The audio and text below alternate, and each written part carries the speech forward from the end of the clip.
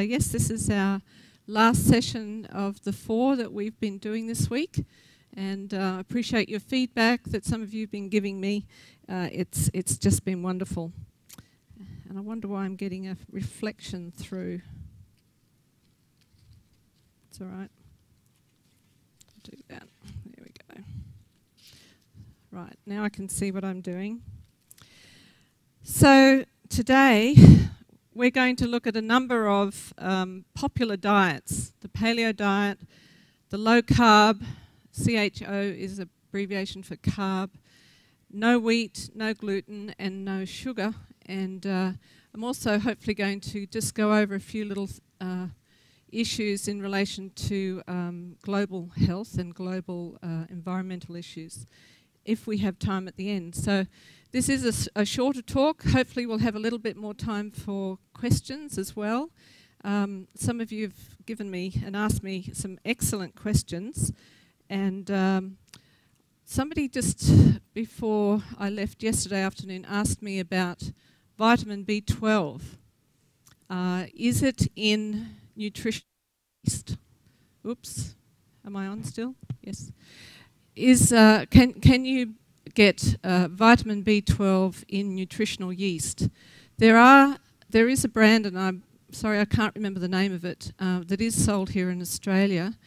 And Bevan Hoken and myself actually contacted the company. This is probably over 18 months ago now, and it isn't an active form of B12, so you have to be careful.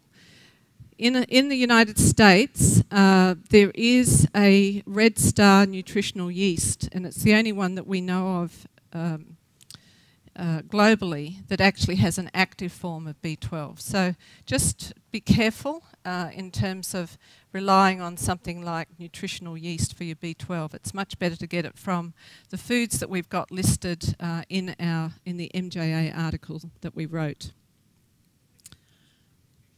Yes.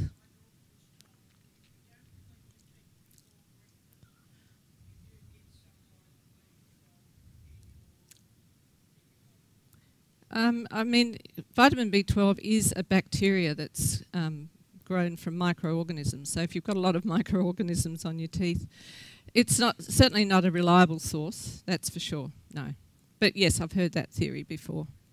So yes, so today we're going to talk about these popular diets and just unpack them a little bit and see what kind of evidence is there. The first one I'm going to address is the paleo diet. Today's paleo diet, which was written by the book itself was written by a Dr. Lorraine Cordain, who's not a medical doctor, by the way. He claims that his paleo diet that he's designed is equivalent to the early hunter-gatherer diet of the Paleolithic era. It's also been known to be called the caveman diet, the hunter-gatherer diet, the primal diet, or the Stone Age diet. All these books sell and make money for people who have these kinds of ideas. But essentially, this paleo diet says that you can't eat grains, legumes, peanuts and dairy. You can't eat refined oil, salt, highly processed foods. But you can eat meat, eggs, seafood, nuts, seeds, some vegetables, fruits, olive oil and coconut oil. So obviously the advantage is that it limits the intake of these highly processed refined foods like salt, sugar, oils, highly processed foods. But the real concern obviously is that it's high in meat and low in plant foods, which means it's actually designed to be a low carbohydrate, high protein, high fat diet. And on the front of the book, Dr. Lorraine Cordain says, quotes, "Lose weight and get healthy by eating the foods you were designed to eat." Of course, we'll take exception to that, won't we? So let's just have a little look. He claims that the hunter-gatherers were typically free of the chronic diseases that we have in our society today. also free of the autoimmune diseases like rheumatoid arthritis and celiac disease, etc. Osteoporosis, acne, how he would know that, who knows. Varicose veins, hemorrhoids, gout. He claims that those Paleolithic people didn't have all of those diseases. Now, nutritional anthropologists that study this kind of stuff actually dispute Dr. Cordain's claims about paleo diets. First up, there's the myth humans were evolved to eat meat, which is what the paleo people say. The anthropologists actually say, no, we were designed to eat plants. Now, isn't that interesting? They're saying what we say, and rightly so. As you've heard this week, we have to get our phytonutrients and our amino acids, etc., from plant foods. Essential fatty acids have to come from plant food. There's lots of things that we must get from plants in order to be healthy. So myth number one is not true.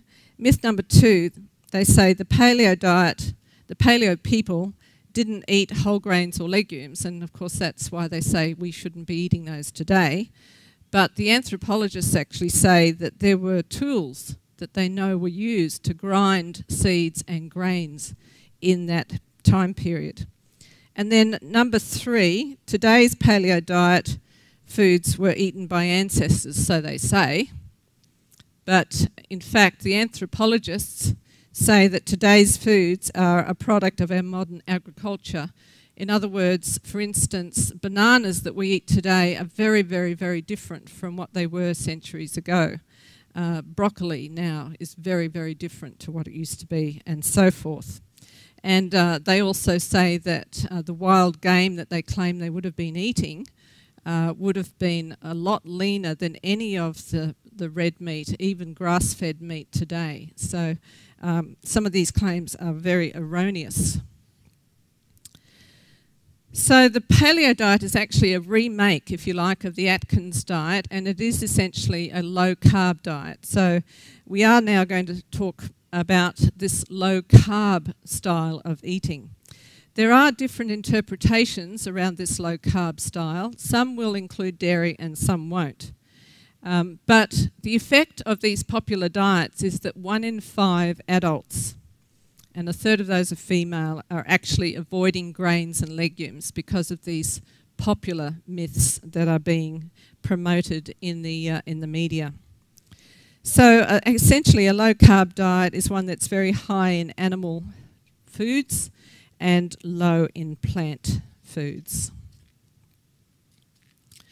Now, the paleo people and people who propose that the low-carb diets are healthy, they say they have benefits such as quick weight loss, reduced insulin resistance, which means that your blood sugars are going to be much healthier, lower triglycerides, which is good, raised HDL cholesterol, which is good, and so they're claiming that there's all kinds of benefits for going on a low-carb, high animal protein diet.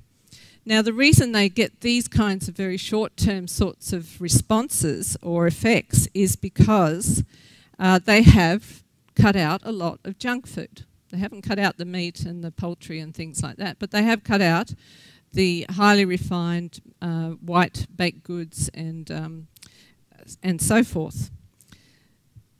But the studies are showing us that there is no long-term weight loss or health benefit from this style of eating. And in fact, it does increase LDL cholesterol, which is the bad cholesterol. It might decrease the HDL, which is the good cholesterol. Increase the good cholesterol, the HDL, but it does in fact increase the LDL cholesterol, which is not good. So it's an extraordinarily bad diet for anyone who may be at risk for heart disease. I'll just read you, just for your perhaps interest. I was going to say amusement. I try not to be so unkind. But proponents of the low-carb diet, people such as Professor Tim Noakes, who's an exercise physiologist in Cape Town, has said statements like this: humans have no requirement for carbohydrate, none at all. Switch your carbohydrate or your breakfast cereal for eggs and bacon. Eggs are perfectly safe. Fruit has too much carbohydrate, it's not good for you. Then you've got Dr. Fredrik Nyström in Sweden, who says fruit is a form of candy. And then a Dr. David Perlmutter, who says that gluten and wheat is a poison, and we're going to talk about that a little bit further later on. And then others who claim that the elimination of wheat will cure diabetes, etc., asthma and so forth. And then Cordain says of the paleo diet, he is one of the proponents of this: saturated fat is not linked to cardiovascular disease.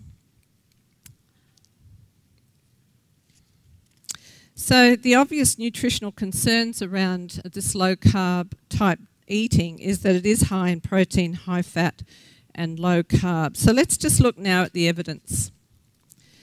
First up, let's look at what the problem is with this high protein style of eating. If you were with us the last 2 or 3 days, you would have heard me say on a number of occasions that high animal protein intake is linked with a number of problems, chronic disease problems, including obesity and also colorectal cancer, diabetes, heart disease, chronic inflammation, as we talked about on the first day on Monday. And now there are studies, this meta-analysis study looking at 270,000 participants, so it's a very large study that was published last year, was looking specifically at low-carb diets and the outcome, and it's found that it increases all-cause mortality, so you die of many different causes. And then another study also published in the British Journal of Nutrition last year says that a low-carb diet will elevate LDL cholesterol and impair the endothelial function. And you remember that function of the inside lining of your arteries is extraordinarily important for good heart health and overall health. So overall increases your risk for heart disease.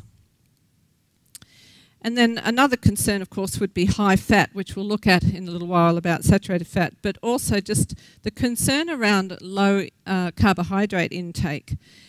Because they're not including grains and legumes in their diet, this is going to impact significantly on gut health, or the microbiota community of microorganisms in the gut, which are so very much connected to good health. So with limited grains and legumes, you're going to limit the production of what we call short-chain fatty acids, or SCFA, and the particular one of interest is butyrate, and that's like food to our cells in our gut. It's very, very important for keeping our gut nice and healthy. And those microbes, those microorganisms, actually depend on fibre and resistant starch for food in order to make that short-chain fatty acid butyrate. So grains and legumes, as you've heard all week long from me, are an extraordinarily important part of a healthy diet. They help to regulate and protect the barrier of our gut, the immune system, and you may know that 70% of your immune system is actually within your gut. It also helps to regulate fluid and electrolyte movement within the gut, motility, regularity, and cell growth.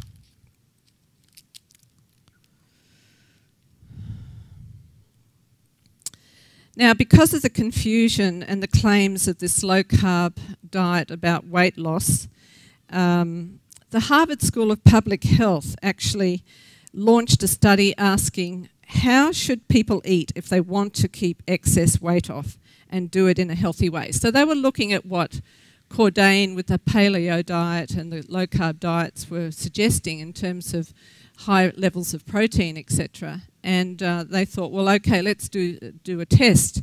And so they compared the long-term success rates of 4 different dietary regimens, including a high animal protein diet featuring various percentages of fat, carbohydrate and protein. And they tracked these people over 2 years to see how they succeeded in weight loss, and also what their overall health markers looked like.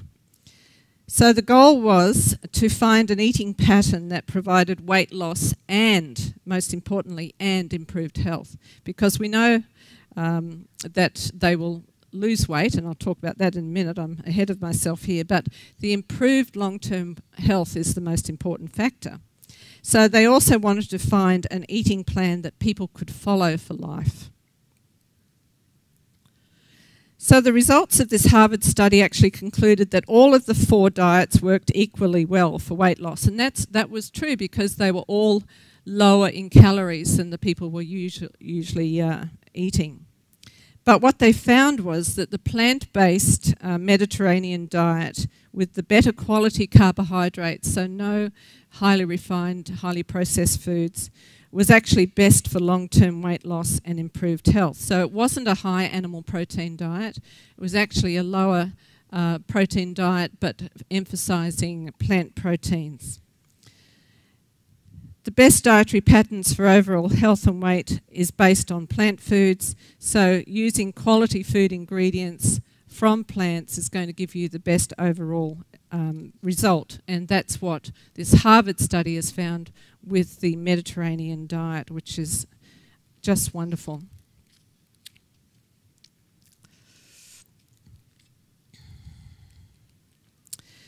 So in terms of overall health and longevity, long-term studies of plant-based diets are associated with increased longevity, reduced chronic disease, sustained weight loss, and of course the best healthy lifestyle actually includes other significant lifestyle factors such as moving more, not smoking and not drinking alcohol.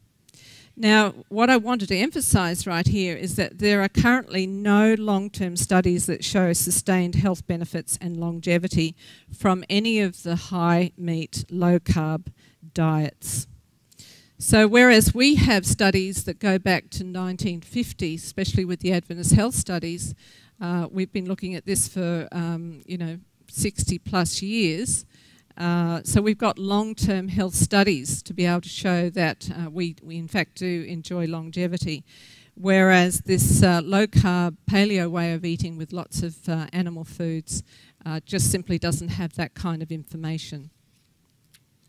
So despite the consistent findings regarding health benefits of a vegetarian diet, there's still very much misinformation and confusion out there, much driven by these kinds of statements and books that are published. And by the way, I don't know if you've noticed, but as long as you've published a book, you become an expert. Have you noticed that? So every person who seems to have something to say and sell through a book will be interviewed, and then they of course make lots of money from that. Now, sorry about the breathing. What shall I do? Down a bit? Bend it out. Okay. So the media and the internet tend to focus on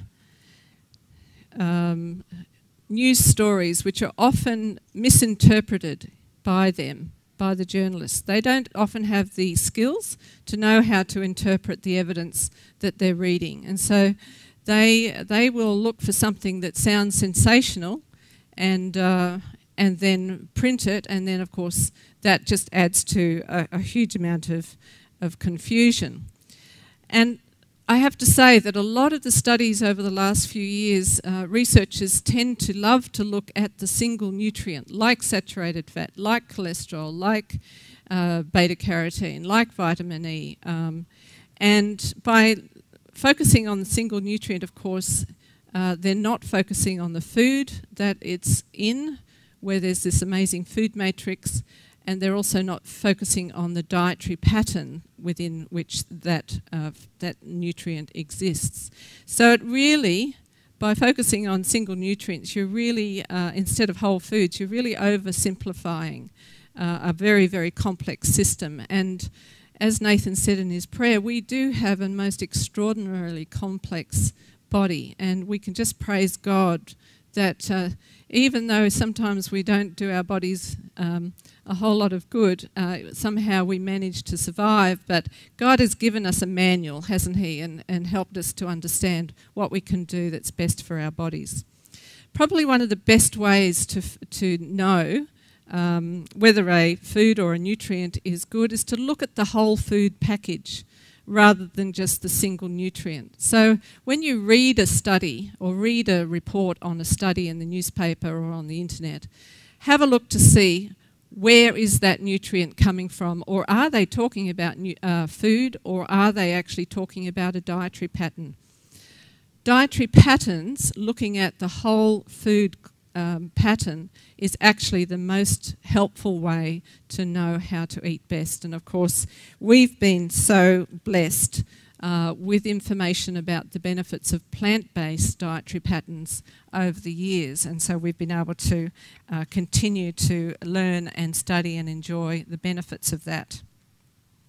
Now, just quickly, I'm going to just focus on a couple of things as an example of how things can be misunderstood by journalists.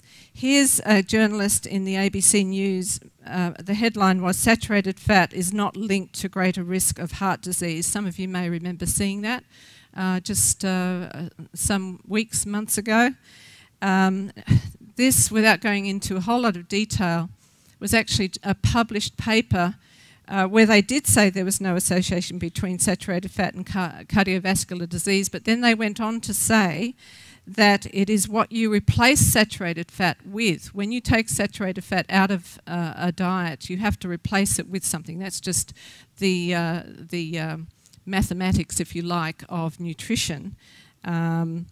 So it was the same author actually stated in a following paper in that same year, last year, dietary recommendations should emphasise substitution of polyunsaturated fats and processed grains for saturated fatty acids. So they actually, it was kind of like a two-part study in a way, and really the second paper was the clearest study. But of course that wasn't reported. And then there was all kinds of confusion over the Catalyst program on ABC too, if you remember that as well. So I'm not at all surprised, and I think we're more challenged than ever with confusion around nutrition. And I often think, well, maybe that's just the way Satan wants it to be. He wants us to be confused so that we get sidetracked away from the things that we know are really healthy for us. There's a whole lot more I could say about that, but we won't take the time.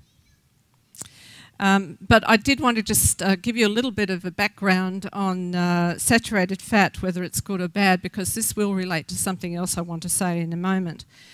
Back in the 1980s, it was when we actually discovered that there was a link between saturated fatty acids and heart disease. So at that time, what did the food industry do? They started producing foods that were low fat. Remember that? Everything became low fat, didn't it? So they were taking the saturated fat out of foods. And as an example, I'll just talk to you about low-fat yogurt, for instance. But when they took the saturated fat out of the yogurt, what did they replace it with? Lots of sugar, absolutely.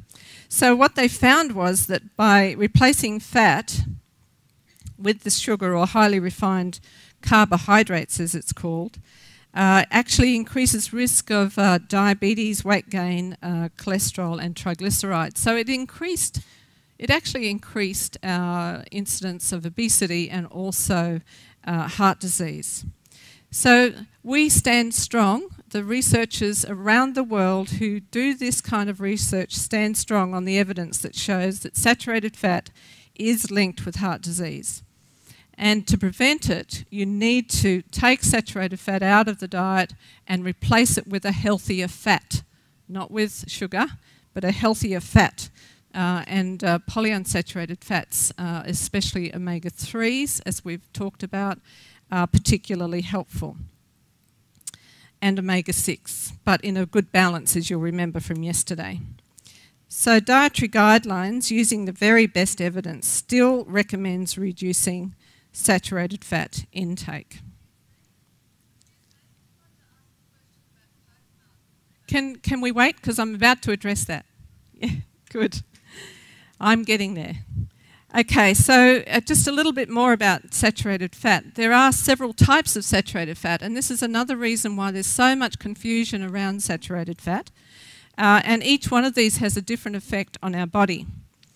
Stearic acid, which you'll find in mostly animal fats and cocoa butter, actually is quite unique of the 4 different saturated fats.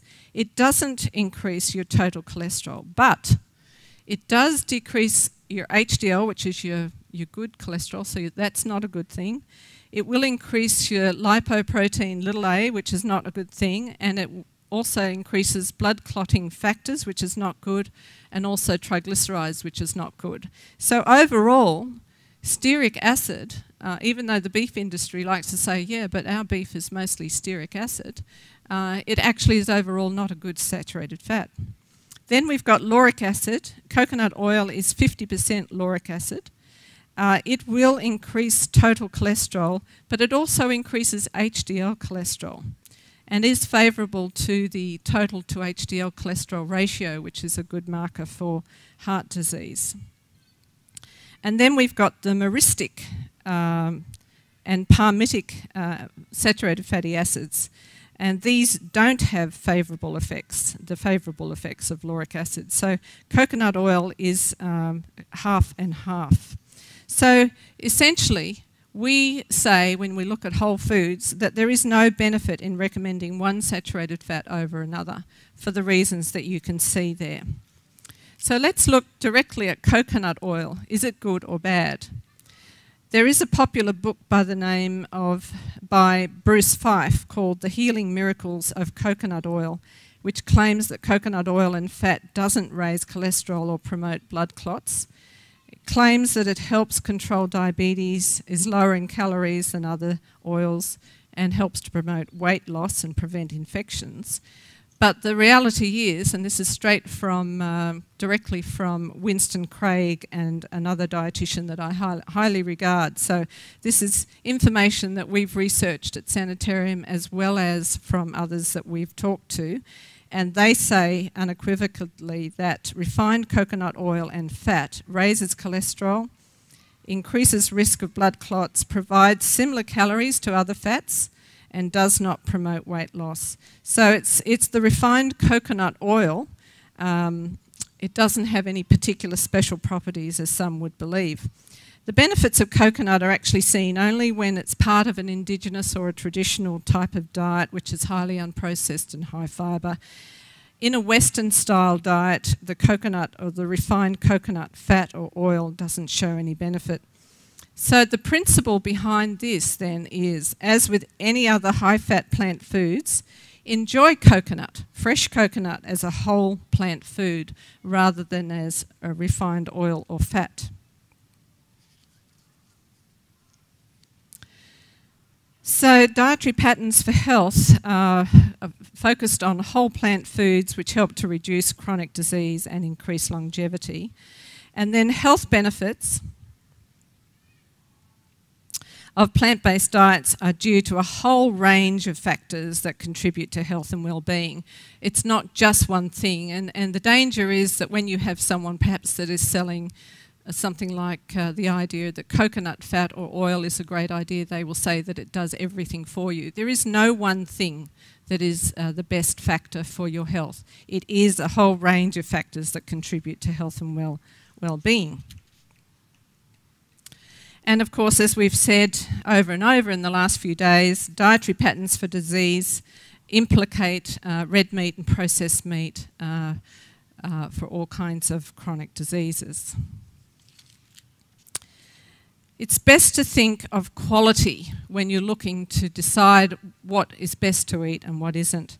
And Professor Walter Willett from Harvard University has made this very simple statement. The simplistic advice to reduce all fat or all carbohydrates, as in the low-carb type diets, has not stood the test of science.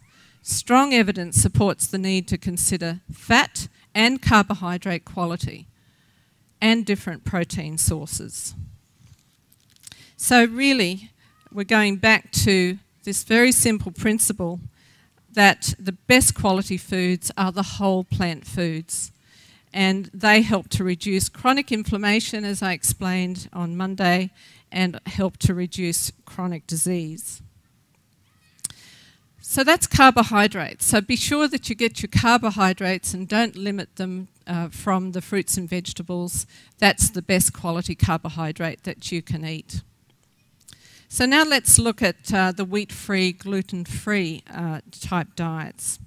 First up, there is no need to exclude wheat from the diet unless you are diagnosed with celiac disease or a wheat allergy or intolerance.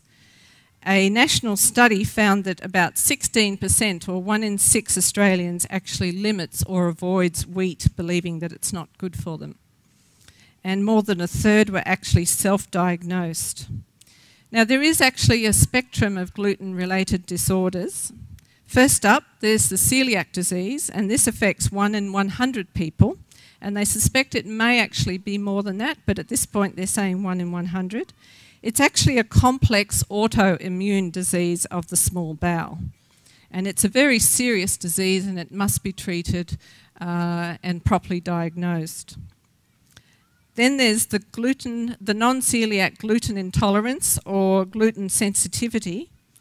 This is where people are genetically susceptible to increased immune response to gluten. And then there's the wheat allergy, which is actually very rare. It's only about 0.1% of the population. And again, it's an immune response to wheat protein. So the popularity of a gluten-free diet has just gone fairly crazy in the last few years. People seem to think, in the general population, that a gluten-free diet is healthier for everybody. Now, we've just said that if you're diagnosed as celiac, of course, it's extremely important, and you have to be on a gluten-free diet for life, and also for others who are sensitive to gluten. But is a gluten-free diet a good diet for weight loss? Well, absolutely not, because gluten-free products actually are not low-calorie or low-energy foods. They're actually designed to help people with celiac disease put on weight, because when they have been undiagnosed, they actually have lost a lot of nutrition and often do lose weight. When they are diagnosed and they start on a gluten-free diet, they will typically start to put on weight because they start to increase their absorption of nutrients, which is good for them. Gluten-free products are also quite deficient in some types of whole grains and fibre. And this is why this kind of a diet must be managed very carefully by, first up, a dietitian, and then once the person knows what they're doing, obviously they can manage it themselves, but a dietitian actually provides a lot of assistance in terms of making sure the overall gluten-free diet for a celiac person is nutritious. A gluten-free diet for you and me who are not celiac is not nutritious at all. Oops, sorry. Now, what about gastrointestinal health? The resistant starches in wheat are extraordinarily important for our gut bacteria, as I've mentioned before when we were talking about grains and legumes. And a gluten-free diet can lead to the reduction. Unfortunately, for celiac people, it can lead to the reduction of these good, healthy gut bacteria. And there has actually recently been a paper published, and there are several, which actually show that there are specific benefits from the gluten part of the wheat. Now, there are popular books again. It's always a book or an article, but this mostly books that publish on such things. Here's a book called Wheat Belly, and there's other books called Grain Brain and Lose the Wheat, Lose the Weight. They've also helped to increase the confusion around whether we should be eating wheat products or not. And many of their claims are certainly unsubstantiated and don't have good evidence behind them. So some of the statements they make are wheat will make you fat, it causes obesity, you can be addicted to gluten, wheat causes Alzheimer's, it's a modern day poison, it causes dementia, depression, anxiety, eliminating wheat will cure diabetes, asthma, etc. But there's no evidence that wheat causes obesity, type 2 diabetes, asthma, irritable bowel syndrome or inflammatory bowel disease. There's actually plenty of evidence, as I've shared over the last few days, about including whole grains and including wheat, which will help to reduce the risk of type 2 diabetes. And in fact, 2 to 3 serves of whole grain, including wheat, will reduce diabetes by about 20 to 30%. There's also no evidence that wheat is addictive or causes withdrawals. There's no evidence in relation to autism or improvement in ADHD. Now, I want to touch on irritable bowel syndrome. This is a syndrome, a gut condition which affects quite a lot of people. It causes symptoms such as bloating, flatulence or gas, abdominal pain, and people who are diagnosed with irritable bowel syndrome actually have what's called a visceral hypersensitivity, which means they have an abnormal response to the pain of distension or bloating. This distension is due to the gases that are produced by the fermentation of undigested carbohydrates. Now, FODMAPs is a new way of treating irritable bowel syndrome, and it's been developed here in Australia. FODMAPs is just the term used to describe a group of poorly absorbed carbohydrates that are digested in the gut. And the group is fructose, fructanes, oligosaccharides, sugar polyols and lactose. Most of us are familiar with lactose and how an intolerance can create gut symptoms. But what about gluten and irritable bowel syndrome? Wheat does cause gas in many patients. So is it the gluten in the wheat that's the issue? And often people with irritable bowel syndrome will feel a lot better on a gluten-free diet. That's because gluten-free foods are often quite low in these FODMAPs. And so FODMAPs may actually be the better management tool for irritable bowel syndrome or gas or bloating that you may think is actually a sign of gluten intolerance. So recent research has actually shown that people who believed they were gluten intolerant were actually not affected by gluten when treated with FODMAPs. So in fact, I'll just describe now how people are treated with the FODMAP diet. It's a 6 to 8 week program where you go on a diet trial or a challenge, like an elimination diet if you like, of using low FODMAP foods, including low FODMAP foods, and then challenging yourself with foods that have the FODMAP in them. So it might be, for instance, and I'll go back to the slide which showed the foods, fructose, it might be something like mango or honey that you have to eliminate for a while to see how you manage if you have less gas. It might be the fructanes from wheat, onion or garlic, or oligosaccharides, legumes, or various fruits, vegetables, etc. Or even sugar-free gum can give you these kinds of symptoms as well, or lactose in milk. So essentially, this kind of a diet trial must be supervised by a dietitian who is trained in this area and understands it well. It's an ongoing management tool over these 6 to 8 weeks. It helps to identify the problem food for you that causes the gas and then helps you to manage those symptoms.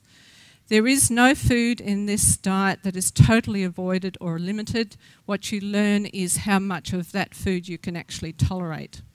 And so it's very much like a food intolerance type of diet. So FODMAPs are good for us. We all know that the gas, the fermentation, the fibre, the carbohydrate from grains and wheats create this fermented gas and the short-chain fatty acids, and it's food for the bacteria in our gut. So this is what creates this kind of a situation. So these FODMAP foods, fruits and vegetables and grains and legumes, are all very good for us. And the fermentation process has some health benefits despite giving some people some gut symptoms. Therefore, it's important not to exclude all FODMAPs from your diet long term. So when this diet was designed, the people who've designed this diet here in Australia, Dr. Sue Shepherd and Dr. Jane Muir, who are both PhD dietitians, have studied this intensively and have received extraordinarily good results treating irritable bowel syndrome in this way, and helping people to get off a gluten-free diet if they don't need to be on a gluten-free diet. So instead of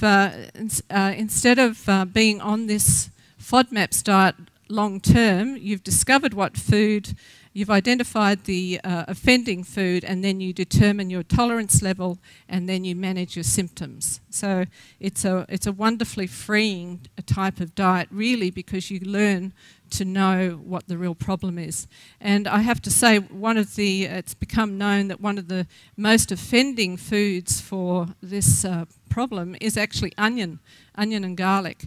So if you think you've got an issue, try just eliminating onion out of your diet for a little while and see what happens. So, but I would highly recommend that you see a dietitian and have that sorted out. Now let's just move on to sugar. How are we going for time, Nathan? 1:45? Okay. All right.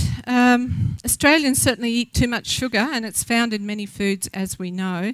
I'm going to only briefly talk about sugar this afternoon because I think we've really covered a lot of it when we talk about reducing your highly processed foods.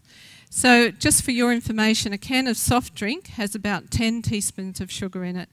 There are some pre-sweetened breakfast cereals that are about 50% sugar. So it's like eating a bowl of candy for breakfast.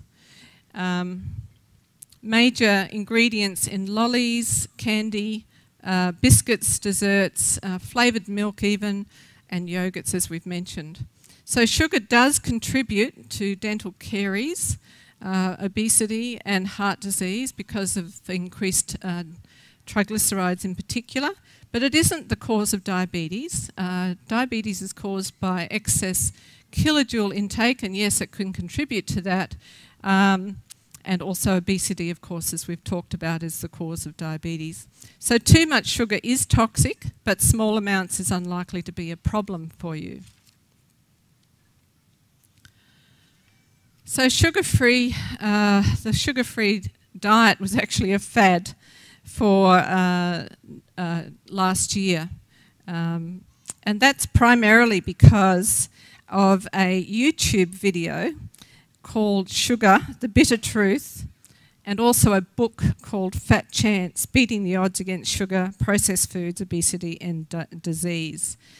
The author of this and the video was Dr. Robert Lustig, who is a professor of paediatrics and a rather enterprising paediatrician, I should say.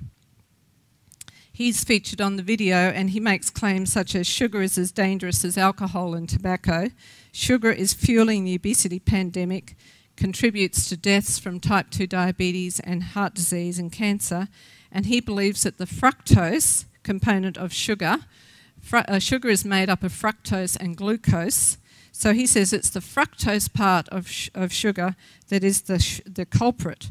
And I don't know if you realise, but in the US, all of the sugar-sweetened beverages, soft drinks and so forth, are sweetened not with sucrose or sugar, but with high fructose corn syrup. We don't do that here in Australia.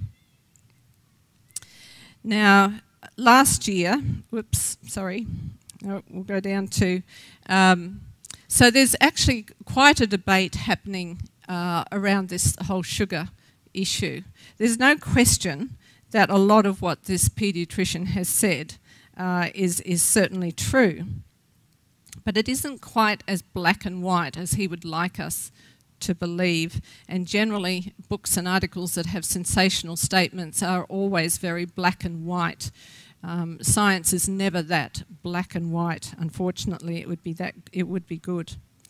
But the World Health Organization in 2003, looking at all the evidence for sugar, has recommended a limit of 10% of your total energy from sugar. So that certainly doesn't allow for a large amount of sugar from soft drinks, etc. And then the American Heart Association in 2009 recommended even halving that because of its link with adverse health effects, energy intake. And also a high amount of sugar, eating a lot of highly processed foods means you're going to dilute all the nutrients in your diet as well. So just this last year, just so that you're up to date with all of the discussions around in the public health world, the World Health Organization now is actually considering following suit with the American Heart Association and recommending a reduction in sugar intake. And they say that it is not the only driver of obesity epidemic, but it is prudent to avoid excessive sugar.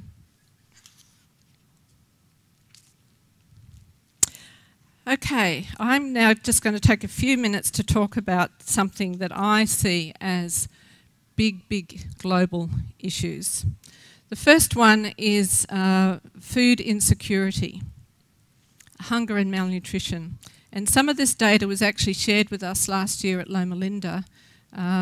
We have a Professor Joan Sabate who did an extraordinarily good talk on the environment, and he shared some of the statistics with us. He said that around the world, around the globe, 1 billion people have limited access to food. In other words, they are hungry, they're food insecure. And then another billion are clinically malnourished due to lack of food.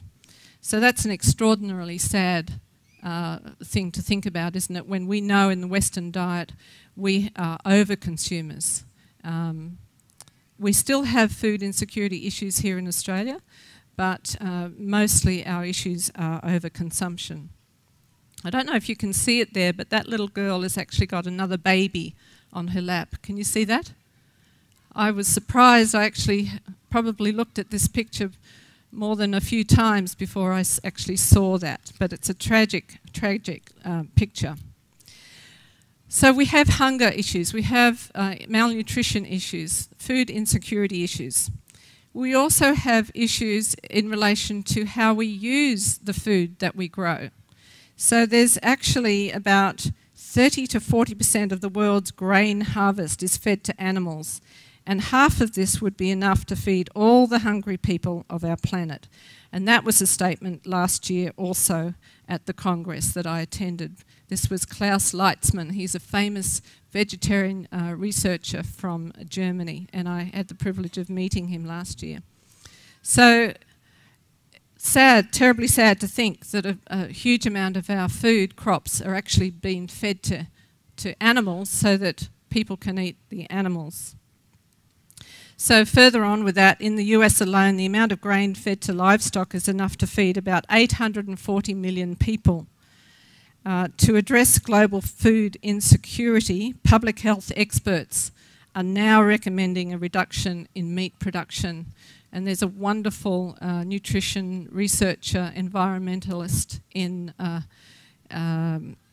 Canberra who is writing on public health issues in relation to health and environment, and she's a wonderful voice on some of these issues. Climate change experts are also recommending a reduction in meat intake. They say we could lower greenhouse gas emissions if all Australians chose to eat more plant foods and less meat, as raising animals for food contributes more to climate change than all the world's planes, trains and cars combined. The UN report from the FAO states that livestock generates more greenhouse gas emissions, 18%, than the burning of fossil fuels by transport. This is very, very good, well-substantiated statistics, and we've known these statistics now for some time. So, because most of this comes from the methane, which is produced by cattle and sheep, it's actually much more potent than the carbon dioxide. It's about 20 to 25 times more potent than methane. Methane is 20 times more potent than carbon dioxide. So plant production for food actually generates much less greenhouse gas emissions. But do we hear much about this in the media? We don't. And that's because there's big business that would be harmed if we started telling people to reduce their meat intake for environmental reasons. So I'm just going to go through some really kind of fun little statistics with you that I found just recently. In terms of saving greenhouse gas, if all Australians reduced their meat intake 1 day a week, the savings in greenhouse gas emissions would be equivalent to 7 million plane trips between Brisbane and Perth. So that's 1 day a week, all Australians. What about 2 days a week? Well, it would be like replacing every household appliance with energy efficient ones. What about 3 days a week? It would be a better effect than replacing every car with a hybrid, a Toyota Prius. 4 days a week, it would be like halving our domestic use of energy combined. 5 days a week, it would be like planting 1 billion trees that grow for 10 years. 6 days a week, it would be like saving total electricity use of every household. And lastly, 7 days a week, it would be like taking every single car off the road. Wouldn't that be good? So this is well substantiated statistics, and I've seen the same statistics but interpreted for the US, and I was just thrilled to see the same company doing the Australian statistics equivalent for us, which was amazing. So again, from a meat production point of view and environmental issues, we do live in a country that has very limited water resources, don't we? 1 kilo of meat requires 100 times more water than a kilo of grain. To produce a kilo of meat requires 100 times more water than to produce a kilo of grain. I don't know if that makes you kind of feel quite sober, but I think that's quite amazing. Now, you'll have to forgive me because I have a real passion for animals. And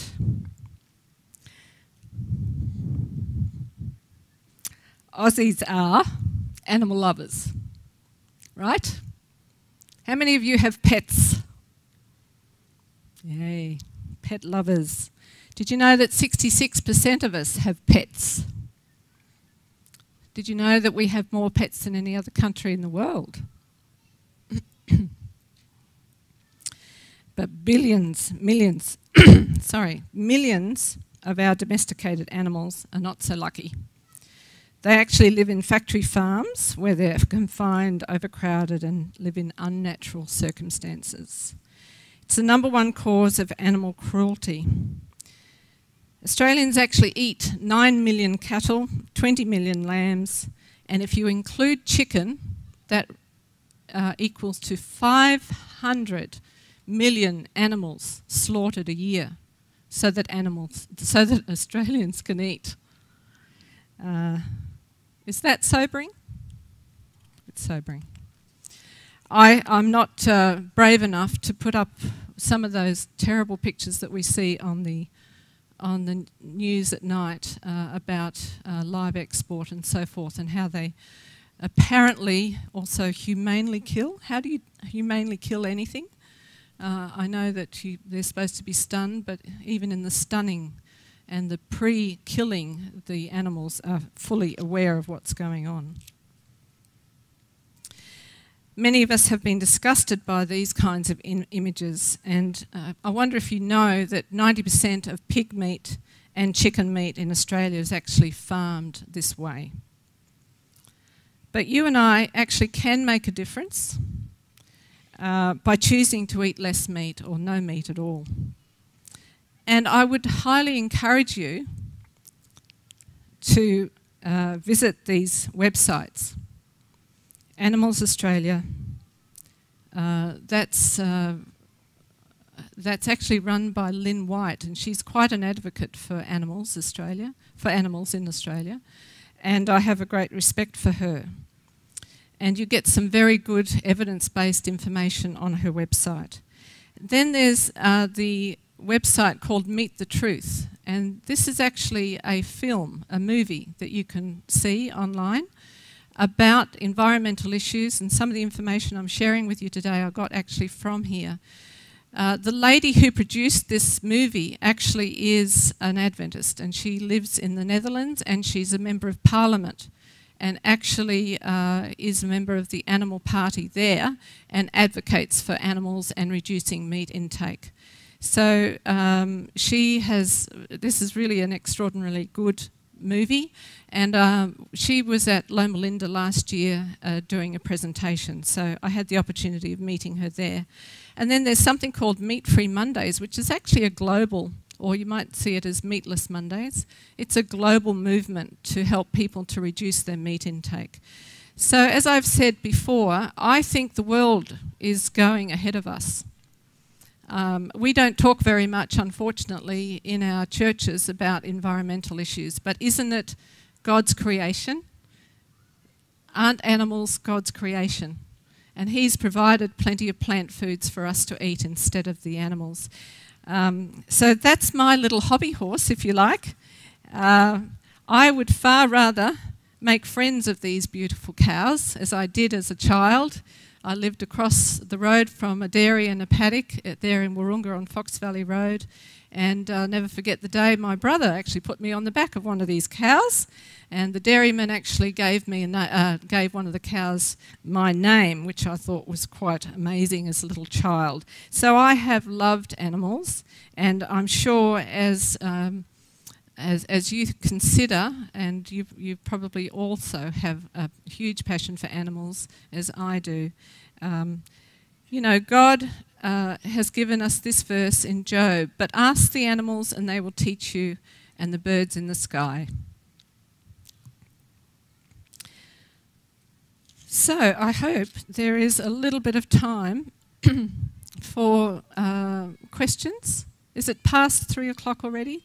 I saw a few people leaving, but if some of you want to ask some questions, I'd be happy to do that.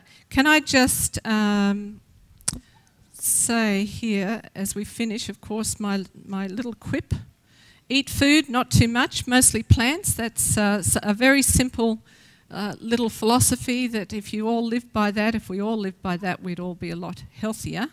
And if you would like to contact me, if you happen to be on Twitter, I do actually put some interesting stuff that I read that I feel is worth sharing. I put it up on Twitter, so feel free to follow me on Twitter. Also on Facebook, Sanitarium and I actually created a web page, or a Facebook page I should say. It's called National Vegetarian Week. We used it for National Vegetarian Week about 3 or 4 years ago, and I've just kept it active ever since. There's a couple of different Facebook sites there called National Vegetarian Week, because there was a few older ones, but the one that has 1,500 followers, I actually love to put information that I find in the news media that's worth sharing, up onto that Facebook site. So if you'd like to join and be a follower, that's fine. And also, please, you can contact me through my email address. Now, as you're thinking about your question, I have a couple of questions that were written here for me. One was on onion, and I think I've answered that one on onion for you already. And another question, can you have too much soy? I have been told this, but it's just a dairy scare tactic, I think. We recommend 2 to 3 serves of soy a day, and that might be some So Good on your breakfast cereal.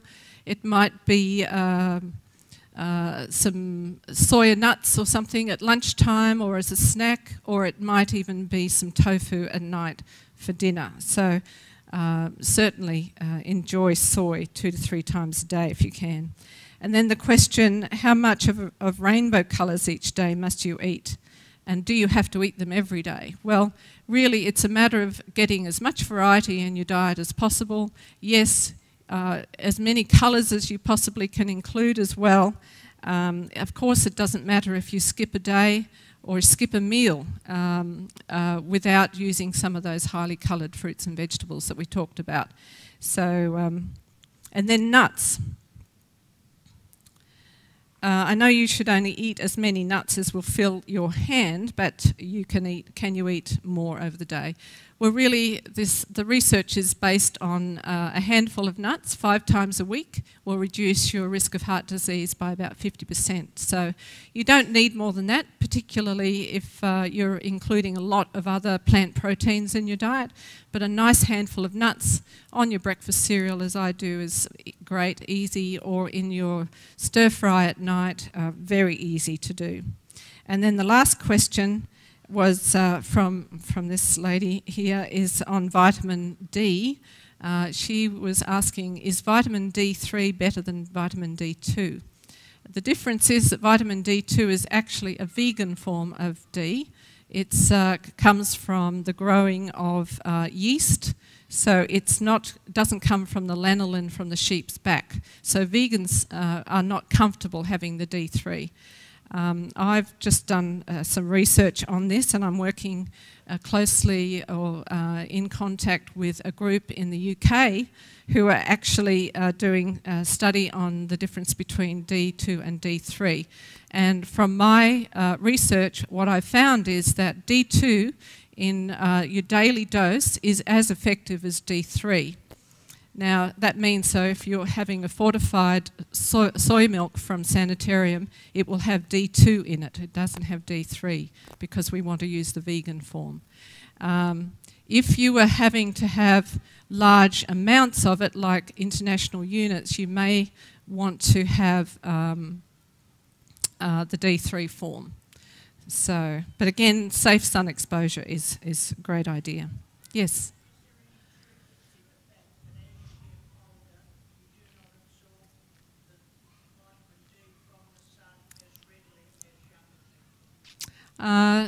No, that's not so true. Really, the main thing is for elderly people is to just simply get out into the sun. It's being institutionalised or inside all the time. That's the big problem. Yeah.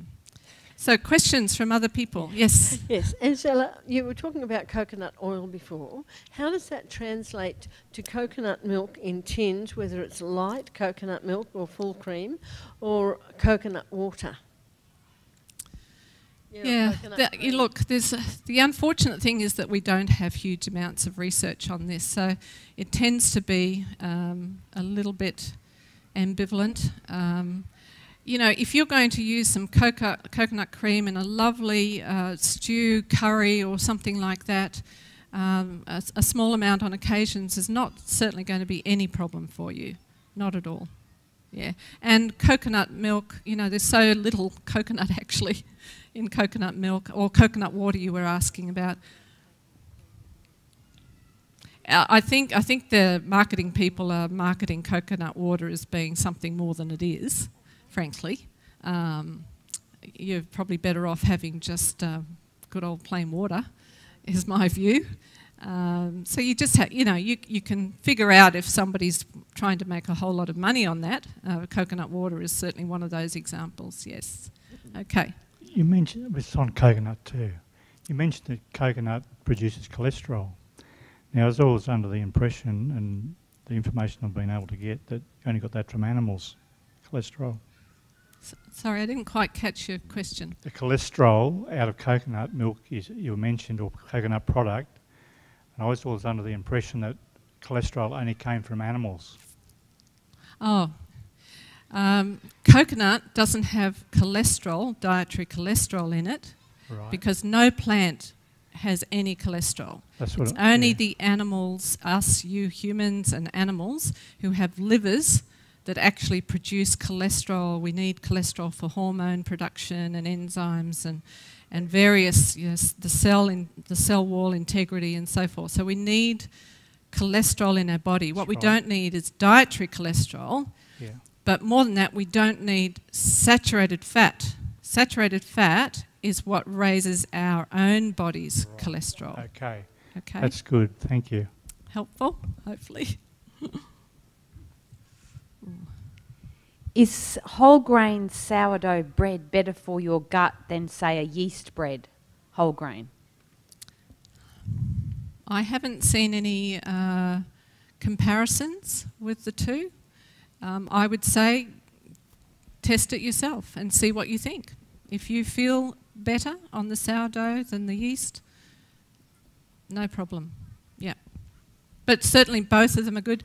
Actually, if you were in my talk on iron, you'll remember that yeasting and sourdough actually helped the body to absorb the iron from the grain. So either yeast or sourdough will do that. Yes, back there. You've talked about chronic inflammation quite a few times. Yep. And how there's not really any symptoms except for it does cause various things. I'm just wondering if there's some sort of test or some way of knowing whether or not you have chronic inflammation. Yes. And I did mention it, but maybe I didn't mention it enough. There is something called high-sensitive C-reactive protein, which is an inflammatory marker. So it is one way of knowing if you've got high levels of inflammation happening in your body. Yes, Angela, thank you for all your hard work you've given us these few days. Thank you. I've actually got two questions. Firstly, should we soak our nuts we eat?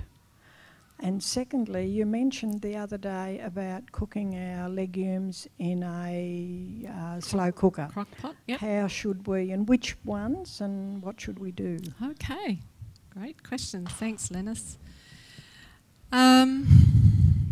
Okay, what was the first one on now?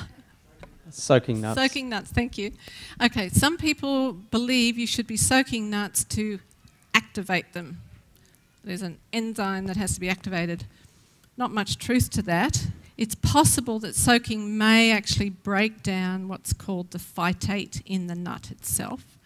Not a whole lot, we know that soaking legumes will do that. We're not sure about that with nuts. Not necessary. Certainly what I tend to do if I'm making myself like a Bersha muesli or muesli with rolled oats, I like to have all of my grains, 5 grains, and my seeds and my nuts and my dried fruits in, put my soy milk so good on top of that, leave it overnight, and then it's ready and easy to eat in the morning. I tend to, it just makes the nuts a bit softer and quicker to eat. I don't do it for any nutritional reason at all. Now the soaking with cooking legumes in a crock pot, I guess you can either do it in a crock pot, in a regular saucepan, or of course you could do it in a pressure cooker. Some people would recommend a pressure cooker. I don't think you have to go to that expense myself. The slow cookers are very, very inexpensive and they're too easy. You can't go wrong at all with them. So I can't name a brand of slow cooker or crock pot. Do you call them crock pots here, or is that something I brought back from America? Crock pot, good. So really you put your beans, you've rinsed your beans, your dried beans under water, and then you put your beans in your crock pot, and then I put about twice as much water in, cold water, and it's usually at night that I do this. I turn it on, go to bed in the morning, they're soft and delicious and the best cooked beans ever. What you don't want to do is add any salt or anything at that point, because, or even like tomato sauce or tomato paste or anything acidic, because it actually slows down the cooking of it. So just water, double, and what you'll see if you happen to be up for a few hours, that it starts to soak up the water quite a lot. So you'll get to know how much water to put in, but I always go for at least double the amount. So a small amount in the bottom like that will go up to about like that of beans once they're cooked and soft and lovely. Okay, another question?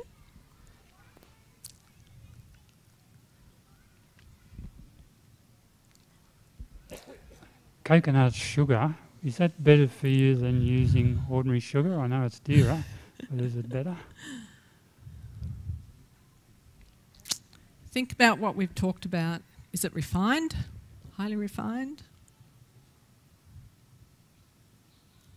No, it's no better. Sugars from the sugar cane, coconuts from the coconut sugars from the coconut. No, they're both highly refined. Is maple syrup any better as a replacement for sugar? There's lots of different types of sugars. They're all sugars. So, you know, maple syrup, golden syrup, they're all basically sugars. So I haven't said, have I said this afternoon you can't have any sugar? No, thank you. Because there is a bit of a movement out there called I Quit Sugar. And you don't have to I quit sugar. You don't have to examine everything and see if there's any sugar in it. Because it's not a problem if you have a tiny amount of sugar. No. It's what else is in that food that's the important thing to think about. Is there lots of fat or lots of other things that are not so good for you? Think of the whole food package. Nathan? Stevia, the plant. Yes? Is that,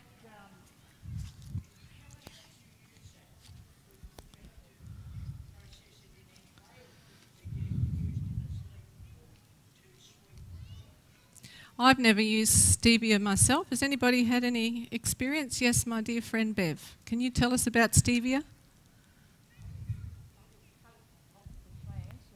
Oh, I can tell you what it is, but how do you use it? I just use it in drinks and salads, Yep. and I do use the refined form occasionally in a hot drink. Okay. But yeah, Yeah. not very often. Stevia, as Bev said, is from a plant. It's a natural source of sweetener. It's hundreds times more sweet than sugar is.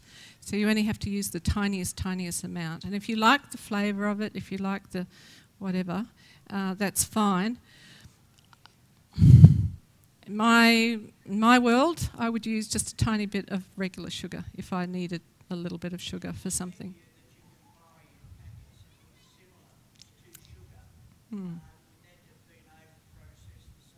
Well, yeah, it's a plant that's been highly processed to make the sugar. So, you know, the benefit is that you need only a very tiny amount to get the sweetness. That's the benefit of it. But I tend to prefer, if I'm going to have, which I don't, put sugar in a drink or something, I would prefer to put just a tiny bit of regular sugar. Yeah. You talked about the animal cruelty in meat production. Can you just give your opinion on the animal cruelty in dairy production and also eggs? Oh my. Do you really want me to cry up front? Oh dear. Yes. I'm assuming most everybody knows what it takes to get a cow to produce milk, right? They have to have a calf, and then the calf is taken away from them, and the cow is distressed and the calf is distressed. I grew up in a dairy, across from a dairy. We used to go and get our milk from the dairy, and I used to love those little calves sucking on my fingers. I had no idea what it took. So very sad. Also chickens, yeah. If I eat a few eggs on occasions, I like to get mine as free range or from a friend who has chickens in the backyard. So I don't use a lot of eggs. All right. Well, I'll draw the questions to a close there. And I just want to say thank you again, Angela, for your time and joining us here at Big Camp. We just wanted to give you a little gift of thanks for coming. Thank you. We've stolen you away from your husband for a few nights. He had to duck back to real work in Sydney, so we wanted to just give you, a night up at Terrigal. You guys can try and get away. Still back at least one night that we stole away from you. So please thank Angela for her time. Oh, thank you, Nathan. Thank you so much.